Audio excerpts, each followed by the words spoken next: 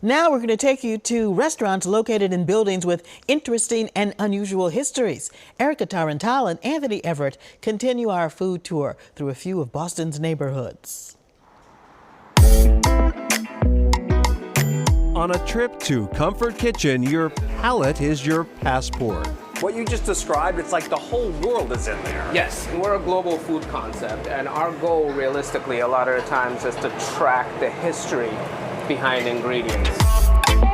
What we have here is yassa chicken that's on our menu. It's a very traditional Senegalese dish, and we pair it with some cassava dumplings, and we top it with some olive and rye crumb, and we finish it with some caramelized onions and a little bit of mash.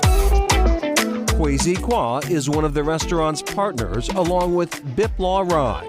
Any food that you find in this restaurant is celebrating all these cultures, but also the diversity in it.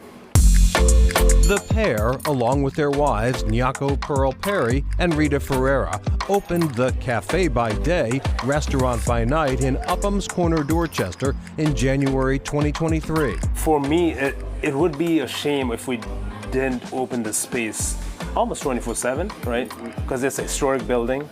It would be a shame if we really prevented certain demographic from coming in the restaurant. Constructed in 1912 as a comfort station, this building once housed restrooms for riders on Boston's streetcar system. It continued in that capacity until 1974. It's been 45 plus odd years since it was vacant.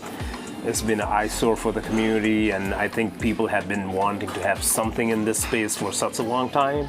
In partnership with Historic Boston, the team transformed this space from an eyesore to a site for sore eyes. Historic Boston is a nonprofit that rebuilds old historic buildings in Boston. And the beautiful part about their mission is we actually get the first offer to buy the building in 5 to 7 years. That opportunity to build equity, along with the chance to provide a gathering space for the community, are at the core of Comfort Kitchen's mission. We work on 3 C's: cultural understanding, collaboration, and community building.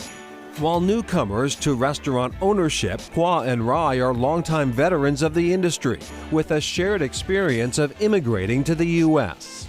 I'm from Nepal, he's from Ghana. We both stuck out in restaurant industry because it was a safe space. There's so many immigrants running the restaurant industry, but our stories are never told or even heard or celebrated. A lot of beautiful things comes in when you collaborate with different folks of different backgrounds.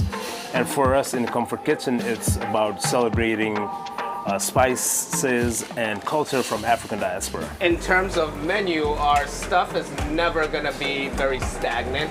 On the day of our visit, it featured seared okra topped with a plantain crumb and masala spiced yogurt, an egg sandwich with tomato jam, cheddar, baby arugula, and a farm salad with shaved fennel, smoked eggplant, and herb ricotta. We try very hard not to over-refine what we're doing because it keeps it free for us to be able to be creatively expressive. And that's where both of us are coming from, is to celebrate immigration, celebrate the diversity and different culture that brings out so much in restaurant industry.